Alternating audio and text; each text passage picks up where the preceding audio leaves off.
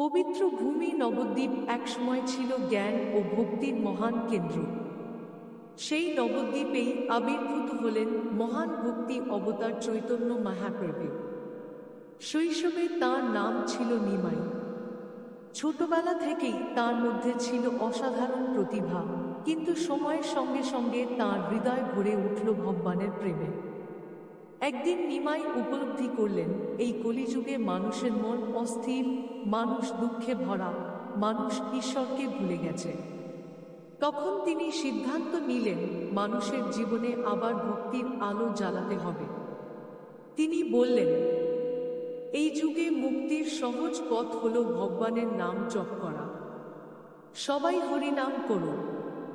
এরপর তিনি তাঁর প্রিয় সঙ্গী নিত্যানন্দ প্রভুকে সঙ্গে নিয়ে শুরু করলেন হরিনামের প্রচার। সন্ধ্যার সময় নবদ্বীপের রাস্তায় প্রথমবার শোনা গেল করতাল আর মৃদঙ্গের ধ্বনি। ভক্তরা একসঙ্গে গাইতে শুরু করলেন, হরে কৃষ্ণ কৃষ্ণ কৃষ্ণ হরে হরে, হরে রাম রাম রাম হরে হরে। এই কীর্তনের শব্দ ধীরে ধীরে ছড়িয়ে পড়তে লাগল পুরো শহরে।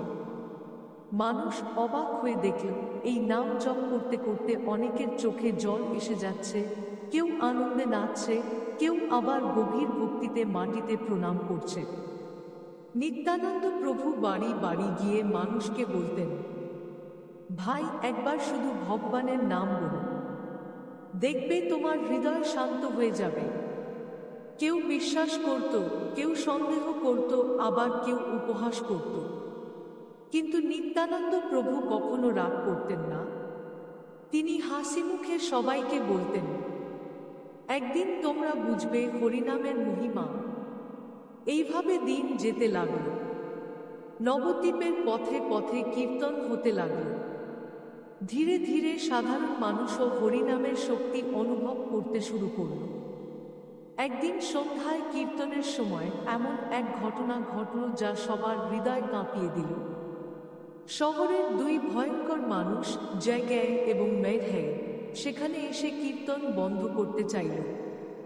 তারা রাগে চিৎকার করতে লাগল, কিন্তু নিত্যানন্দ প্রভু তাদের কাছে গিয়ে শান্ত কণ্ঠে বললেন, ভাই রাগ করো না, শুধু একবার হরিনাম বলো। এই কথা শুনে মাধাই আরো রেগে গেল। সে একটি পাত্র ছুঁড়ে মারল। নিত্যানন্দ প্রভুর কপাল ফেটে গেল, রক্ত পড়তে লাগল। খবর পেয়ে মহাপ্রভু সেখানে এলেন। তার চোখে তখন আগুনের মতো জ্বলছিল ক্রোধ, কিন্তু নিত্যানন্দ প্রভু তাঁকে থামিয়ে বললেন, প্রভু এদের শাস্তি দেবেন না, এদের করুণা দিন। এই কথা শুনে জগাই ও মাধাই কেঁদে ফেলল। তারা বুঝতে পারল তারা বড় ভুল করেছে। তারা মহাপ্রভুর পায়ে পড়ে ক্ষমা চাইল। মহাপ্রভু তাদের ক্ষমা করলেন। সেই দিন থেকেই তারা হয়ে গেল হরিনামের ভক্ত। এরপর থেকে নবদ্বীপে প্রতিদিন কীর্তন হতে লাগল। ভোরে, দুপুরে, সন্ধ্যায় সব সময় মানুষ ভগবানের নাম জপ করত। শহরের পরিবেশ বদলে গেল। মানুষের হৃদয়ে শান্তি ফিরে এলো।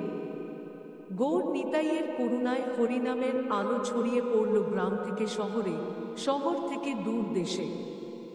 আর আজও ভক্তরা বিশ্বাস করে, এই কলিযুগে হরিনামই মানুষের মুক্তির সহজ পথ।